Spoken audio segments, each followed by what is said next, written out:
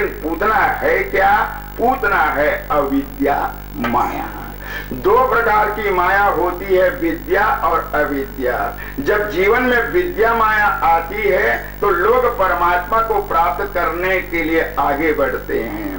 अविद्या माया आती है तो अविद्या कहती है भगवान में क्या लेना देना, क्या सुख मिलेगा, माया में रहो, संसार के सुख को भोगो, ये कहने वाली अविद्या माया है। तो आज भगवान ने अविद्या माया रूपी पूतना का विनाश किया। तो शास्त्रों में अनोखी बात कभी देखी जाती है। भगवान श्री रामचंद्र जी ने प्रथम ताड़िका का वध किया और उसके बाद भगवान श्री कृष्ण प्रथम पूतना को मारा। इसका कारण है कि जब तक के अविद्या का माया जाल नष्ट नहीं होगा तब तक के सतधर्म और सत्कर्म के मार्ग में चलने के लिए बार बार बाधा आते रहेंगे। इसलिए परमात्मा इनका निवारण करने के लिए प्रथम अविद्या का विनाश करते हैं। तो ध्यान देंगे, भगवान बाल मुकुंदी जी भादो कृष्ण पक्ष अष्टमी में जन्म लिया मथुरा में। 7 दिन का हुआ था तभी पूतना गोकुल आई 14 तिथि के दिन। तो कहा गया है 14 स्थानों को पूतना घेरती है। तो पूतना का आने का एक आध्यात्मिक रहस्य है। पंच कर्मेंद्री, पंच ज्ञानेन्द्री, 10 इंद्रियां, मन, बुद्धि, चित्त और अहंकार, ये 14 स्थानों को बाल घातनी पूतना घेर लेती है। तो गोकुल ये हमारा शरीर इंद्रियों से बना हुआ गोकुल है। अब यहाँ कहीं पर भी जगह बाकी नहीं है, सबको मान लो कहीं पूतना घेर ली तो याद रखिए कि यहाँ सुमार्ग पर चलने के लिए कोई स्थान बचने वाला नहीं है। इसलिए कहा जाता है पूतना राक्षसी के द्वारा अपने जीवन को निष्कलंक करके सतमार्ग पर जाना चाहते हो तो भगवान आनंद सिंधु परमानंद का नाम का सुमिरन करो। भगवान के नाम के सुमिरन करने से बाल घातनी पूतना का विनाश होता रहेगा। अविद्या माया नष्ट होती रहेगी और परमपिता परमात्मा की कृपा से तेरा जीवन पथ, तेरी जीवन यात्रा पूरी हो जाएगी। प्रेम शिवलो करुणा सिंधु भगवान की जय। तो बाल लीला में भगवान ने प्रथम पूतना का वध किया है। प्रेम से बोलो कृष्ण चंद्र भगवान की जय। आइए तालियों के साथ प्रभु से निवेदन करें।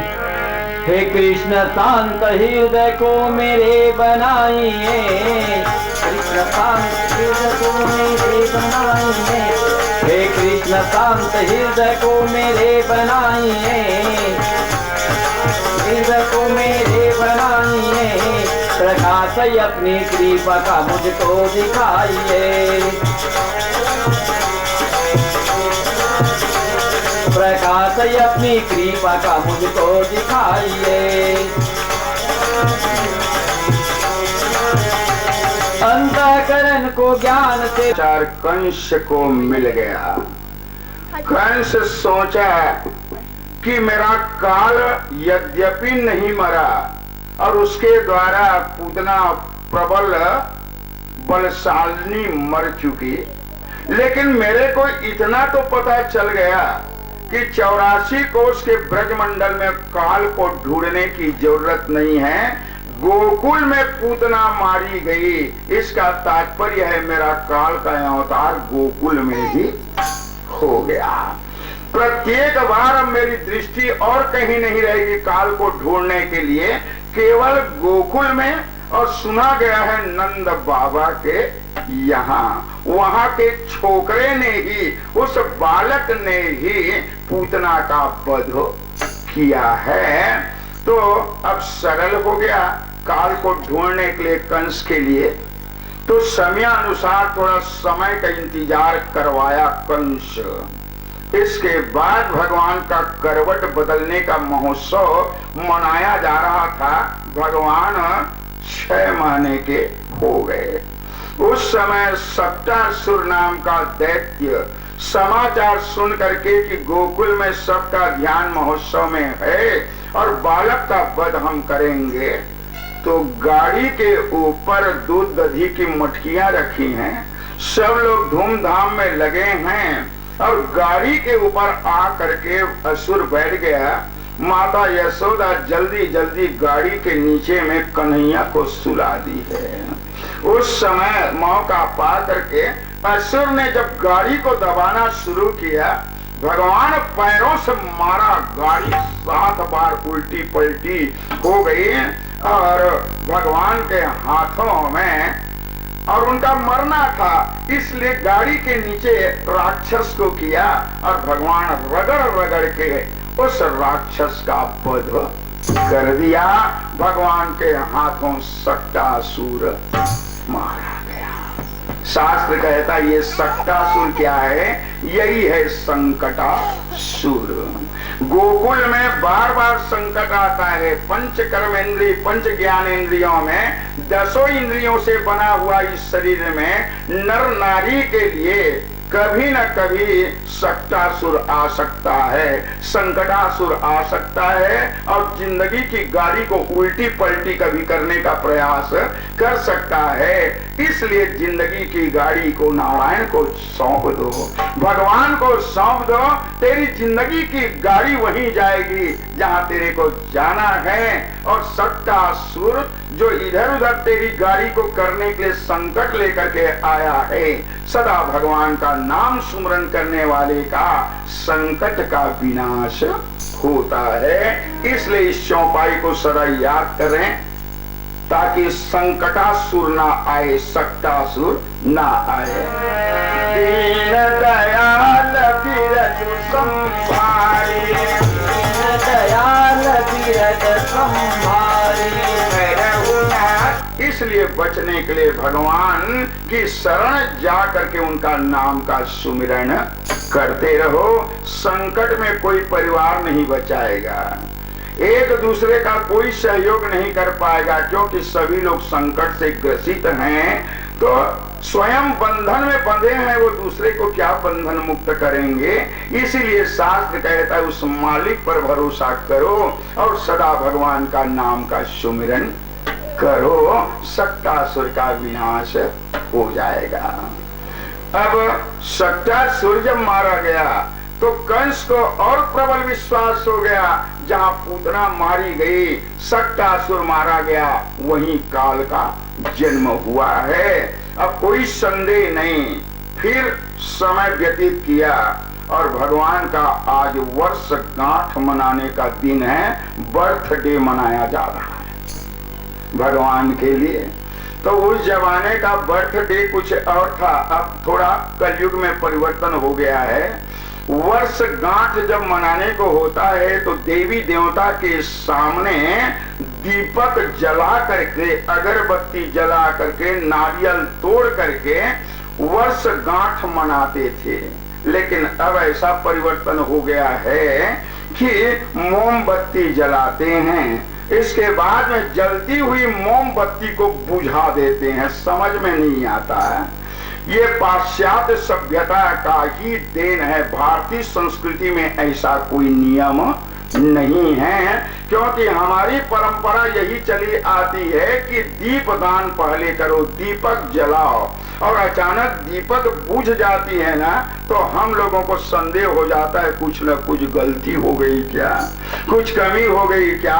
तो बुझी हुई दीपक को और जलाने का प्रयास करते हैं ताकि हमारा कार्य सफल हो जाए। परंतु अब नियम बदल गया है, जलती हुई मोमबत्ती को भी बुझाने का क्रम है। तो हम ये नहीं कहते कि आपको ये सब परिवर्तन करना है, दुनिया जैसी चल रही है इसके अनुसार चलने का क्रम भी सामने आता है। लेकिन हम भारत के वासी हैं, कोई फॉरेन का नहीं है। हम पाश्चात्य सभ्यता की देन को स्वीकार नहीं कर सकते। हमको जो स्वीकार करना है अपने अंतर्गत स्वीकार करना है, ताकि हमारी संस्कृति सदा कायम रहे। हमारी संस्कृति पर लोगों को नाज है, विदेश को भी। यहाँ की परंपरा को वो लोग ग्रहण करते हैं और उनके छोड़े हुए निराश हुए जो कचड़े तिनके की तरह हैं, जिसमें ना आत्मिक बल है, न कोई सम्मान बल है, न धर्म का बल है, उसको फेंके हुए को हम लोग स्वीकार कर लेते हैं। तो इस तरह से हमारी परंपरा को बनाए रखना भी हमारा कर्तव्य होता है। तो वर्षगांठ मनाया जा रहा है और इधर तृणावर्त नाम का दैत्य आया और गोकुल में आंधी तूफान चलने लगी। बालक को बस उठाया, सबकी आंखों में तिनका है, धूल है, मिट्टी है, सब लोग आंखें मीच रहे हैं क्योंकि आंधी तूफान गोकुल में चली। सब अपने आप में व्यस्त हैं कि किसको कहां देखें, कौन देखें। बालक को तृणावर्त उठाया, आकाश मार्ग में ले गए और भगवान को विचरण करा रहे हैं। भगवान सोचा कि आज मुफ्त में हवाई यात्रा करने को मिल गया, चलो भाई बहुत अच्छी बात है, कुछ देना लेना नहीं पड़ता। परंतु भगवान देखा कि गोकुल में सब लोगों की व्यवस्था तो कुछ ठीक ठाक हो सकता है, लेकिन मेरी माता यशोदा मेरे कारण व्याकुल है कि मेरे कन्हैया जी कहाँ हैं, तो शायद इनका प्राण न निकल जाए माँ का मेरे वियोग में, इसलिए तृणावर्त को मारना आवश्यक है। भगवान गला पकड़ा, यूं धरती में लाया, मारा। तो आज तृणावर्त भगवान के द्वारा मारा गया। भगवान ने तृणावर्त का वध ज्यों ही किया है, त्यों ही आंधी तूफान का चलना बंद हो गया। ये आंधी तूफान क्या है? यही है तृष्णा का भाव। जब तृष्णा की आंधी चलती है तो नर नारी की आंखों में कसक होने लगता है, सूझता नहीं है कि क्या असली है क्या नकली है। यही है तृष्णा की आंधी। तो तृष्णा की आंधी में बहते रहोगे, कभी इस बवंडर के चपेट में आकर के तुम्हारी मौत भी हो सकती है, पता नहीं तू उड़ करके आंधी में कहां चला जाएगा। इसलिए तृष्णा रूपी आंधी से बचना चाहते हो तो भगवान की शरण गह करके उस परमात्मा का नाम का सुमिरन करो, तेरे जीवन का तृणावर्त का विनाश हो जाएगा। तो भगवान ने 3 लोगों को गोकुल में मारा, बाकी का वध वृंदावन में किया है। आज 3 लोग मारे गए, परंतु 1 वर्ष भगवान का उम्र हो गया, भगवान का अभी तक नामकरण नहीं हुआ था। 3 लोगों के वध करने के बाद में भगवान नामकरण कराने जा रहे हैं। गोकुल में गर्गाचार्य महाराज आया तो रोहिणी जी और यशोदा जी अपने अपने बालक को लेकर के जब बैठी हैं तो गर्गाचार्य जी प्रकांड विद्वान बोले, बेटी रोहिणी तेरे पुत्र का प्रथम नाम होगा संकर्षण। इसका कुछ भाव है रखने का, संकर्षण। तो रोहिणी पूछी, मैं पढ़ी लिखी कम हूँ पंडित जी, संकर्षण का मैं मायने मतलब नहीं समझ रही हूँ। कहे बेटी समझना भी ठीक नहीं है, बस अचानक मुख से निकल गया, संकर्षण समझो। तो क्यों नहीं बताना चाहते गर्गाचार्य? क्योंकि बताने में रोहिणी माता को दुख होगा। संकर्षण यानी देवकी के गर्भ से कल कथा चली, 7 महीने के बालक को और खींच करके योग माया रोहिणी के गर्भ में डाल दी। तो जो बालक एक माँ के गर्भ से खींच करके दूसरी माँ में डाल दिए गए तो उसका नाम है संकर्षण। और यदि रोहिणी को बता दिया जाता कि ये बच्चा तुम्हारा नहीं है, केवल मात्र तुम जन्म दी हो, देवकी के गर्भ में इस बालक का और आविर्भाव हुआ था और 7 महीने का बच्चा हुआ तो तेरे गर्भ में डाल दिया गया, तो असली तुम्हारा ये बेटा नहीं है, ऐसा यदि गर्गाचार्य बता देते तो रोहिणी को बड़ा दुख होता। इसलिए छिपा करके रख देते हैं, बेटी संकर्षण निकल गया, बस इतना समझो। प्रथम नाम संकर्षण, दूसरा बलदाऊ, हलधर, बलराम आदि अनेकों नाम होंगे। जब यशोदा पुत्र का नामकरण हुआ, बेटी रोहिणी नक्षत्र के तृतीय चरण में तेरा बालक का जन्म हुआ, इसलिए इसका नाम होगा बिहारी लाल। भगवान के लाखों नामों में पंचांग नाम है बिहारी लाल। जो जन जन में कण कण में बिहार करे वो है बिहारी लाल। प्रेम से बोलो बिहारी लाल भगवान की जय। तो ये है पंचांग का नाम। अब गर्गाचार्य जी बोले, बेटी के तेरे बालक को देखने से मुझे बड़ा सुखानुभूति हो रही है, तो मैं पंडित अपनी ओर से एक नाम रखता हूँ बालक का। उनका नाम रखा गया कृष्ण। कृष्ण कहते हैं आनंद को, अणा कहते हैं सत्ता को। कृष्ण कहते हैं सत्ता को, अणा कहते हैं आनंद को। जो अपनी सत्ता से जीवों को आनंद प्रदान करे उसका नाम है कृष्ण। तो क के नीचे री का मात्रा, ये री है, समझ जाइए बंसी। बंसी समझते हैं ना अपनी बोली में, गरी को बंसी कहते हैं। तो ये री का मात्रा मछली वाला गरी का ये री है। तो क्री जब इंसान कहता है तो नर नारी का पाप इस गरी में फंस जाता है क्री कहने से। तो उस पाप को वो री आधा षटकोण के समय जाकर के रख देता है, और आधा षटकोण उसको बढ़ाते बढ़ाते अणा में ले जाता है। तो कृष्ण का नाम जाप करने से पापी से पापी व्यक्ति का भी पाप नष्ट हो जाता है, और यह जीव परम गति को प्राप्त करते हैं। पापी हो जाकर नाम सुमरहि, अति दुस्तर भव सागर तरहि। तो गर्गाचार्य महाराज ने नाम रखा कृष्ण। तो यशोदा बोली, कहे पंडित जी मैं महतारी हूं ना, तो मैं भी रखना चाहती हूँ, तो रखो बेटी। तो यशोदा कहती है बेटा का नाम मैं लल्ला रखूंगी, जैसे पिंका पिंकी डबला डबलू ऐसा होता है ना घरेलू नाम। इसी तरह माता यशोदा भगवान का नाम लल्ला रखती है।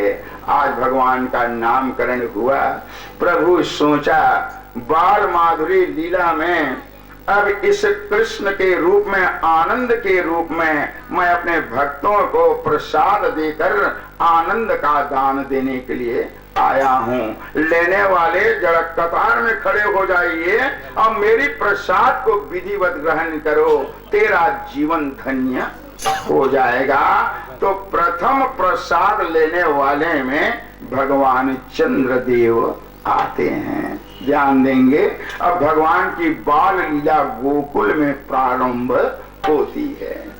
वैशाख शुक्ल पक्ष पूर्णिमा की कथा है।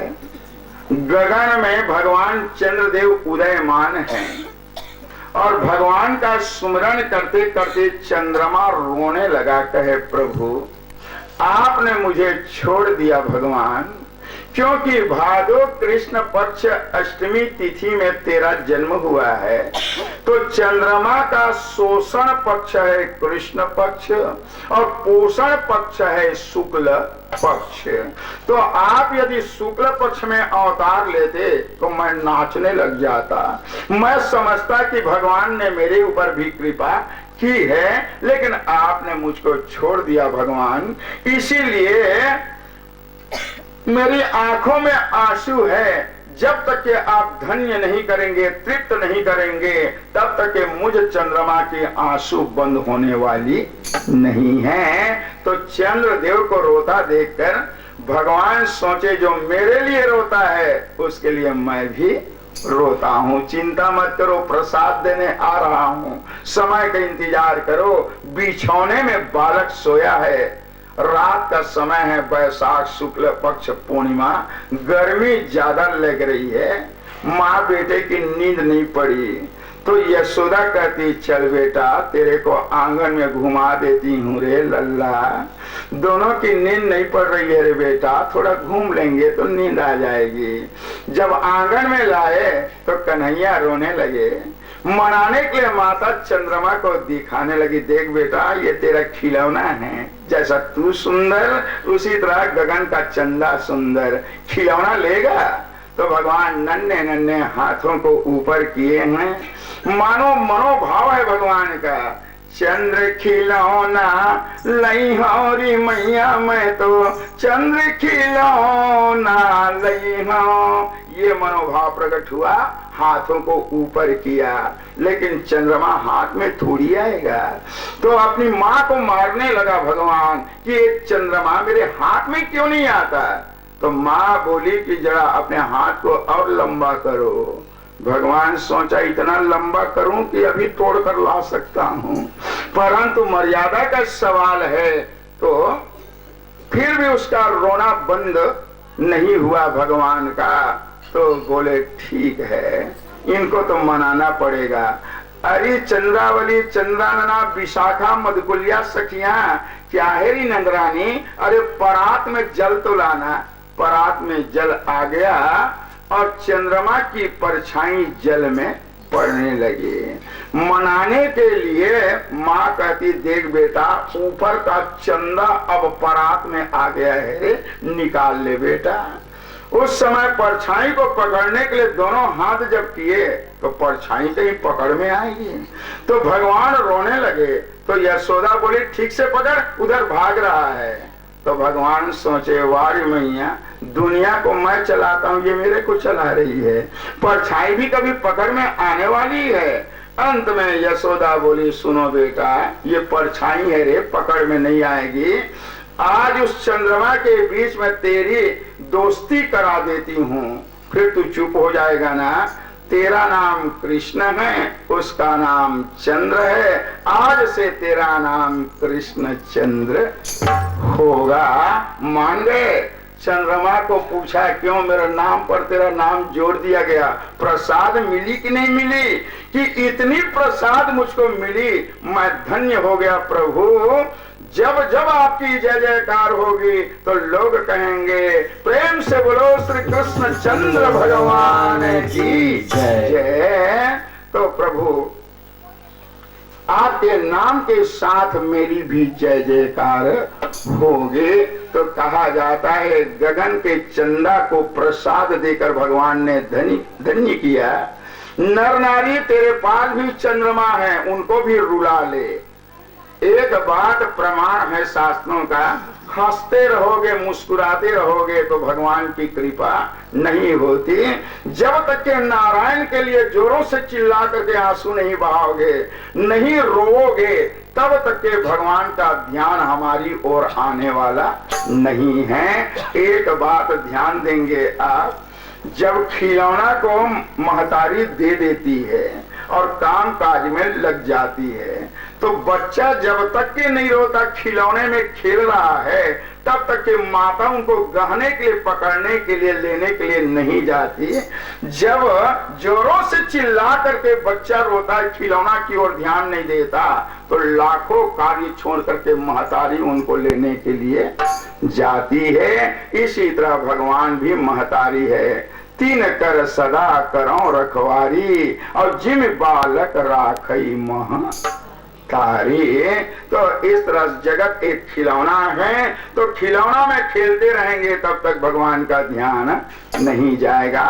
तो शास्त्र कहता है, रो करके देखो भगवान के लिए।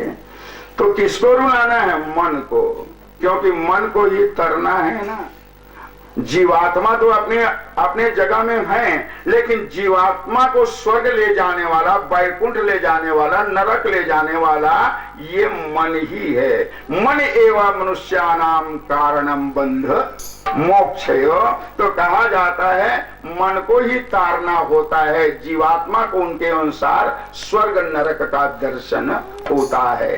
तो चंद्रमा मन सो जाता, चक्षुर सूर्योर अजायता। शास्त्र कहता है तेरा मन ही चंद्रमा है, इसलिए मन को रुलाने का प्रयास करो। भगवान के लिए जिसका मन रोता है, प्रसाद मिलने में कोई देर नहीं है। बोलिए श्री कृष्ण चंद्र भगवान की।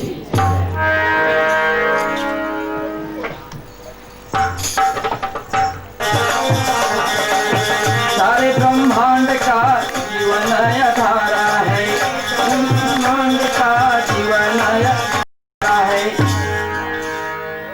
प्रसाद लेने वाले की कतार लगी हुई है, जब जब प्रभु का अवतार जगत में बाल रूप में होता है तो भगवान शिव को भगवान का बाल रूप, चाहे वो राम हो या श्याम हो, बड़ा ही प्यारा है। बंदम बाल रूप सोई श्याम, बाल रूप सोई श्याम, सब विधि सुलभ जपत के सुनाम, सब विधि सुलभ जपत के सुनाम। बाल योगी का रूप बना करके गोकुल की गलियों में अलख जगाता हुआ घूमते नजर आ रहे हैं शिव जी महाराज, शंकर जी महाराज। इच्छा होती है प्रभु आए हैं गोकुल में, नैनों का लाभ ले लेना चाहिए, तो अलख जगाता हुआ बाल योगी के रूप में नंद बाबा के द्वार पर आए और अलख जगाया। अलख खोल दे पलक, देख दुनिया की झलक। तो ऐसा क्यों कहा जाता है? किसी के दरवाजे पर जाकर घर वाले को आकृष्ट करना है तो जरूर ही दरवाजे पर खड़े होकर के पुकार करनी चाहिए। आपका कितना प्रगाढ़ मित्र क्यों ना रहे, परिवार क्यों ना रहे, किसी के घर में आप जाते हो तो प्रवेश करने के पहले दरवाजा में पुकार कर लो। पता नहीं घर के अंदर क्या हो रहा है, अचानक तेरे प्रवेश करने के बाद में और झुंझलाहट पैदा होगी, क्रोध आवेश होगा कि इनको इतना भी जानकारी नहीं है, इतना भी ज्ञान नहीं है कि क्या करके कैसे करके आवाज दे करके आना है कि नहीं आना है, नफरत पैदा हो जाएगी। तो आप जानते हैं तो किसी का नाम लेकर के पुकार करते हुए जाएंगे, लेकिन साधु संत महात्मा जो अनायास आए घर वाले का नाम तो नहीं जानते, इसलिए पहले अलख जगाते थे, दरवाजा में खड़े होकर घर वाले को सावधान करते थे कि अलख खोल दे पलक देख दुनिया के झलक। नंदरानी आवाज सुन करके बाहर आई, कहे बाबा क्या सेवा करूं? बेटी मुझे लल्ला का दर्शन करना है, उस श्याम रंग का करा दो। आइए बाबा आइए, आप जैसे संत आएंगे तो आशीर्वाद मिलेगा। आइए।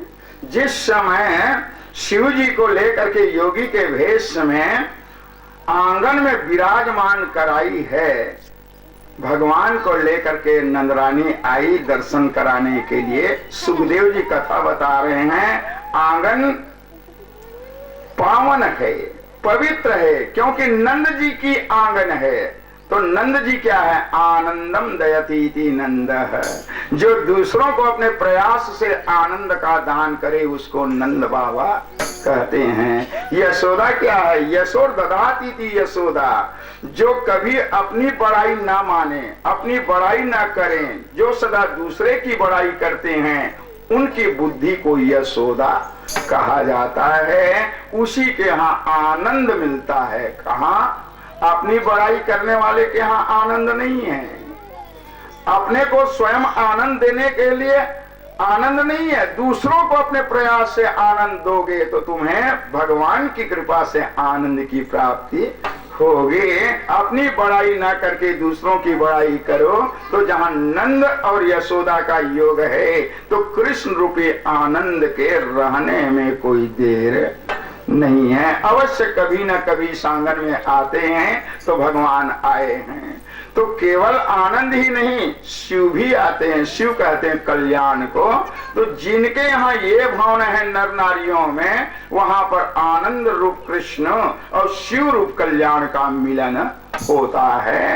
एक टक से भगवान को देख करके तृप्ति नहीं होती, तो इच्छा होती है उसी समय जब एक टक से देखने लगा शंकर जी उस नारायण को, तो मनोभाव को शंकर का समझ गया कि ये मेरा प्रणाम करना चाहते हैं। उसी बीच भगवान जोरों से बैठे बैठे रो पड़े। तो यशोदा बोली अभी अभी तो हंस रहा था, ये कैसे रो पड़ा? कहे बेटी ऐसा है, कभी कभी बच्चे लोगों को नजर डिठ जल्दी लग जाता है, तो मैं आया हूँ, फूंक झाड़ कर देता हूँ, बच्चा चुप हो जाएगा। भगवान जानते हैं फूंक झाड़ करने का संकेत करना मात्र बहाना है। हाँ पंडित जी, बालक को जल्दी टोना जादू लग जाता है, आप फूंक झाड़ कर दो ना, चुप हो जाएगा। तो जटाओं को निकाला और फूंक झाड़ करने के बहाने मंत्र पढ़ने लगा। टोना जादू नहीं लगा था ना। भगवान जानते हैं शंकर जी प्रणाम करने के लिए ऐसा बहाना कर रहे हैं। तो सरस्वती सुरमा फूल एक बाती भुरभुर चंदा गौरख खेती, ये वो कानी काम लगाओ हाथ परे बिरकानी के, यो जबरन मंत्र पढ़ने लगा और जटाओं के द्वारा फूंक झाड़ करने का बहाना किया। और फूंक झाड़ नहीं है, शिव जी ने अपने मस्तक को भगवान के युगल चरणों में रख दिया। बस प्रणाम करने की इच्छा थी प्रभु, मैंने बहाना किया फूंक झाड़ का, प्रणाम कर लिया। भगवान सोचे प्रणाम करने वाले को आशीर्वाद देना चाहिए। यो मस्तु कहता हूं तो मां सामने है, धीरे से कहीं आशीर्वाद देता हूं तो शंकर को तृप्ति नहीं होगी। तब फूंक झाड़ करने के बहाने जब इन्होंने और मेरे चरणों में प्रणाम किया तो आशीर्वाद देने का बहाना मैं भी कर लेता हूं। भगवान ने अपने दोनों हाथों से शंकर जी के जटाओं को पकड़ लिया और खींचना शुरू किए। तो यशोदा बोली बेटा अरे दर्द होगा रे संत जी को। यशोदा पूछने लगी क्यों महात्मा जी, दर्द हो रहा है क्या? नहीं बेटी बड़ा आनंद आ रहा है, जरा खींचने दीजिए। तो फूंक झाड़ करने के बहाने शंकर ने अपने प्रभु को प्रणाम किए और जटाओं को खींचने के बहाने भगवान ने युगल हस्तों से महादेव जी को आशीर्वाद दिया। तो इस तरह से शंकर जी ने भी आज प्रसाद पा करके अपने जीवन को धन्य किया। जिनके मन में ईश्वर के लिए लालसा है, प्रसाद पाने की, प्रसाद कहते हैं कृपा को, प्रसाद पाने की लालसा है, अवश्य ही भगवान किसी न किसी रूप में उनकी कामना पूर्ण करते हैं। अब तीसरे क्रम में प्रसाद लेने वाली है धरती माता। तो आप सबको मालूम है धरती का एक नाम है मेदिनी। मेदिनी क्यों? जिस समय सृष्टि का प्रारंभ हुआ था तो भगवान नारायण के दोनों करणों से, कान से मधु कैटभ नाम का दैत्य जन्म लेकर के आया। भगवान ने मधु कैटभ को मारा और उसके मांस मज्जा आदि को धरती में मढ़ दिए, आच्छादित कर दिए। तो धरती बोली मैं मिट्टी स्वरूपा, मेरे ऊपर चमड़ी आ गई, यानी मैं अपवित्र हो गई। तो बताइए आप कब शुद्ध करेंगे? कहे द्वापर को आने दो, मृदु भक्षण लीला, मिट्टी खाने की लीला करते हुए मैं तुमको अपने मुख में रखूंगा, उसी समय तू धन्य हो जाएगी और तू पवित्र भी हो जाएगी। तो आज भगवान मिट्टी खाने की, मृत भक्षण की लीला कर रहे हैं। चोर आज मिट्टी खाते पकड़ा गया, सखियां शिकायत की, नंदरानी छड़ी लेकर के और आ रही हैं ताड़ना देने के लिए। भगवान जानते हैं कि कलयुग में बच्चे लोग मिट्टी ज्यादा खाएंगे और मिट्टी खाने से लीवर की बीमारी, पेट की बीमारी जल्दी होगी, बच्चा काल कलवित हो जाएंगे। तो आज मेरी माता मुझको डांटने के लिए आ रही है मिट्टी नहीं खाना। इसी तरह से माता पिता जब देखे मिट्टी खाई जा रही है तो अपने बच्चे को रोकने का प्रयास करेंगे, अन्यथा बच्चे के उदर के, पेट के बिगड़ने में देर नहीं लगेगी। इसलिए लौकिक ज्ञान भगवान देने जा रहे हैं। छड़ी को बालक के ओठों में लगा दी। क्यों रे कन्हैया, शिकायत मिली है बेटा, तेरे द्वारा मिट्टी खाई गई। तो भगवान मिट्टी को अंदर रखे। अचानक मां पहुंच गई, निगलते नहीं बन रहा है, इसलिए भगवान चुप हैं। तो क्यों मिट्टी खाई गई? तो भगवान सिर हिलाने लगे, चोर कहीं का, जब तेरे द्वारा मिट्टी खाई नहीं गई बेटा तो तू मुंह खोल करके क्यों नहीं दिखाता हा? या हाँ यार नहीं, जो भी बोलना है बोलो। तो कहां से बोले, अंदर तो मिट्टी है। तो रगड़ने लगी छड़ी को, मुंह खोल करके दिखा। भगवान सोचा ब्रह्म के अंदर कोई मिट्टी होती है क्या कि पत्थर होते हैं? देखना चाहती हो मां, देख लो। जिस समय मुख खोला भगवान, आहा, पद पाताल शीस अज धामा, देख रावा निज मां तुम्ही, अद्भुत रूप अखंड, रोम रोम प्रति लागे, कोटि कोटि ब्रह्मांड। करोड़ों ब्रह्मांड का दर्शन कराया। भगवान चकित हो गई। मैं कौन होती हूँ? जगत नियंता। अपने आप को मैं मां समझ करके पोषित करने वाली समझी, लेकिन जगत के पालनहार मैं मूर्खा जड़मती आपकी लीला रहस्य को समझ नहीं पाई, क्षमा करो। उस समय भगवान सोचा ये तो अभी से और आगे बढ़ रही है, तो इनको कम करना आवश्यक है, क्योंकि धर्म में, आध्यात्म में माँ को आगे नहीं बढ़ाना है। इनको बनना है माँ और मुझे बनना है बालक, तभी चरित्र होगा। भगवान ने माया प्रेरित किए तो ब्रह्मांड अंतर ध्यान हो गया। भगवान सिसक करके रोने लगे, सफाई दिया। ना अहम भक्षितावनम सर्वे मिथ्या विशंसिना, यदि सत्य गिरस्तर ही समक्षम पश्य में मुखम। माँ, मेरे मुख को देख लीजिए, मेरे द्वारा मिट्टी खाई नहीं गई। हाँ बेटा, लेकिन आज के बाद तेरे को मिट्टी खाने को नहीं है। भगवान मान गए। धरती माता भी प्रसाद पा करके धन्य हो गई। क्रम जारी है, कतार में सब खड़े हैं प्रभु के लिए प्रसाद पाने के लिए। चौथे क्रम में आते हैं काकभूषुंड जी महाराज। आप सब जानते हैं कौए का रूप धारण करने वाला काकभूषुंड राम कथा के बड़े ज्ञानी हैं। और जब जब प्रभु का अवतार बाल रूप में होता है, तब तक जूठन खाने के लिए, प्रसाद पाने के लिए काकभूषुंड जी आते हैं। आज माँ भगवान की प्रेरणा से और शुभ लग्न तैयार किए और अपने श्याम को पीले रंग का झंगुलिया पहना दी।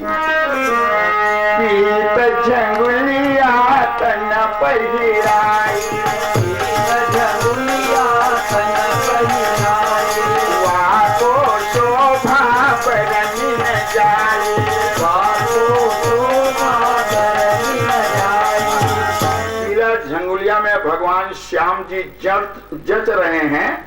उस समय पैजनिया पहना देती है, घुंघरू पहना देती है और अपने लल्ला को श्रृंगार करती हैं। सखियों को बुला ली, कहे आज मैं अपने बालक को धीरे धीरे चलना सिखाऊंगी। सुखदेव जी कथा बताते बताते मुग्ध हो गए। कहे परीक्षित राजा, माता यशोदा किसको चलाने जा रही है जिससे सारी सृष्टि चलती है, और जो बिना पैरों के चलते हैं उस भगवान को भक्ति के आधार पर यशोदा चलाना चाहती है। भगवान कौन है?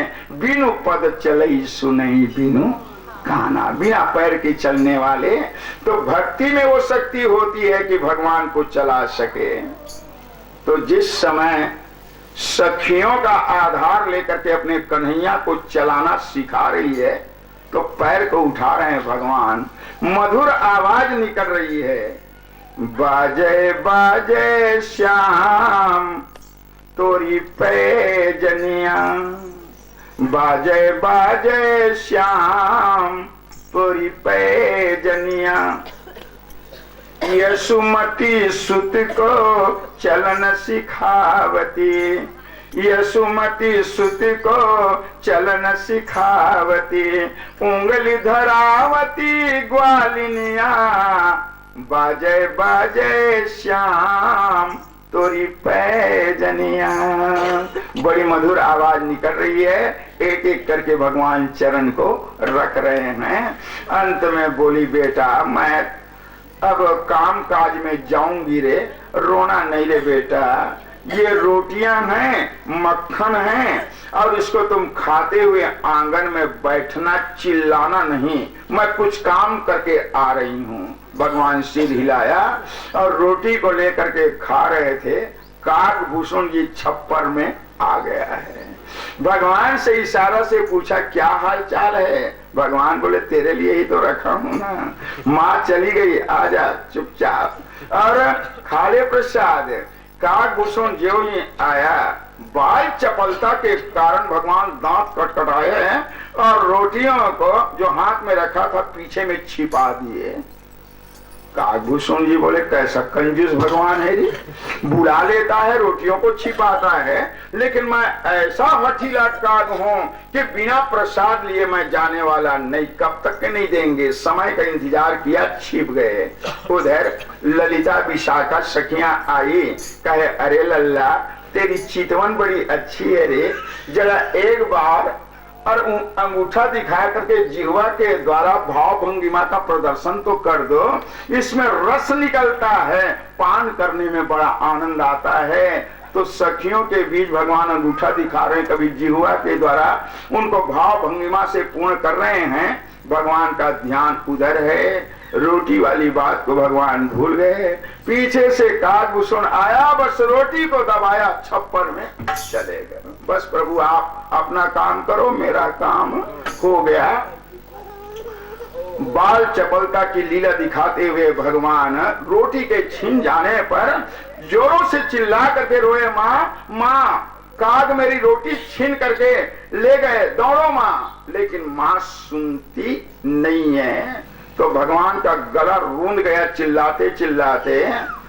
तो भगवान को आया क्रोध, कामकाज पड़ा है, सुनती नहीं है, अब तेरे को मैं बताऊं कि मेरे पास भी कितना क्रोध है।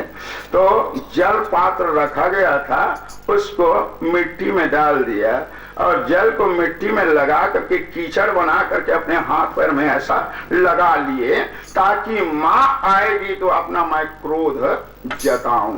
आहा, धूल धूसरित कन्हैया का रूप माधुर्य देखते बनता था। सखियां उनको देख रही है।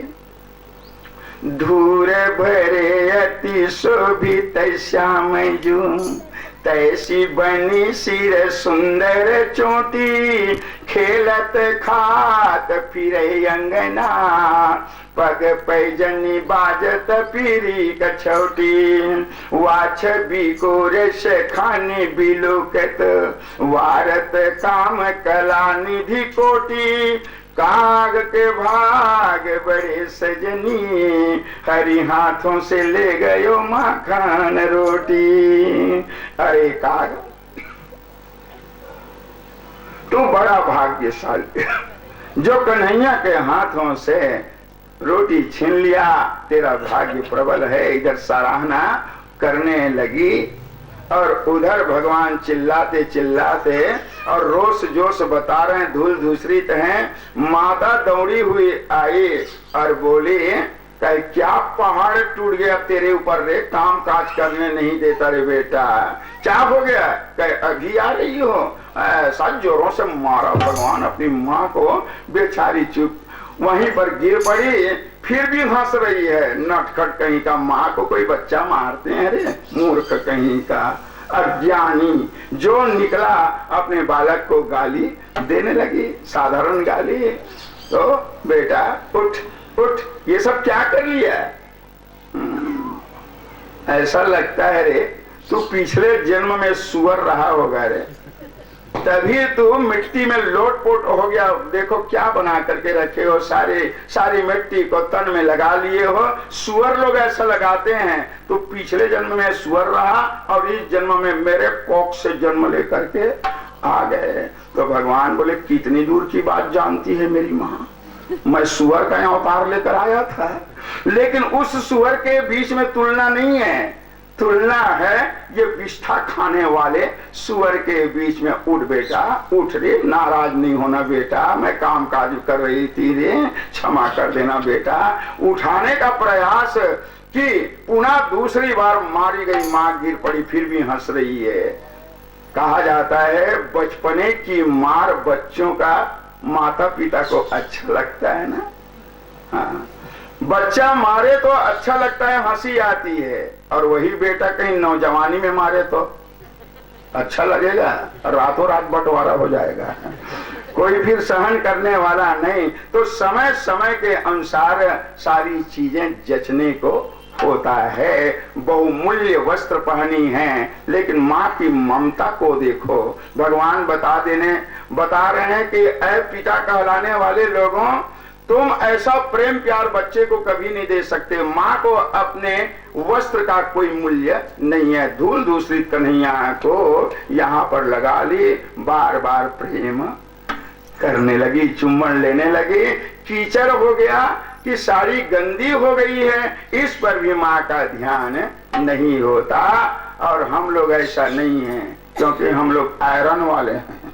हाँ, पुरुष लोगों का अपना कुछ होता है, कपड़ा बकायदा ऐसा शर्ट है ना, बच्चा धूल दूसरी है तो ऐसा झड़ाने का प्रयास करते हैं, ताकि यहाँ लगाने के बाद में कपड़ा खराब ना हो जाए। तो प्रत्येक लीला का अपना रस और रहस्य होता है। समझने के लिए छोटापन जरूर लगता है, लेकिन हकीकत में माँ जो भी प्यार देगी बच्चे को, ममता देगी, वो पिता कभी देने वाले नहीं है। इसका दिग्दर्शन भगवान ने स्वयं कराया।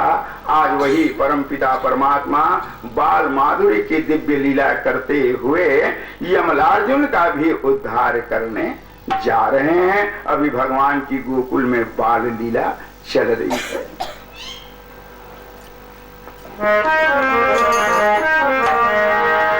स्वामी जब प्राण तन से निकले,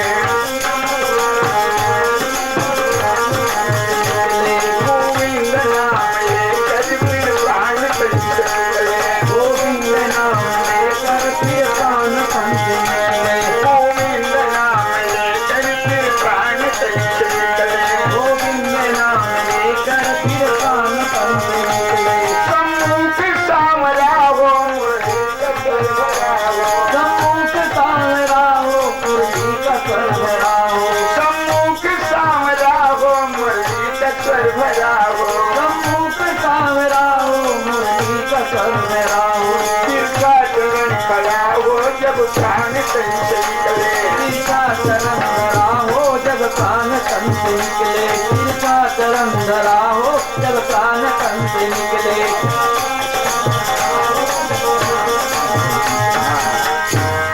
भागवत में कई बार आप यमलार्जुन उद्धार की कथा सुनते हैं। ये यमलार्जुन क्या है? यमल कहते हैं जोड़ा को, अर्जुन कहते हैं कौहा के वृक्ष को।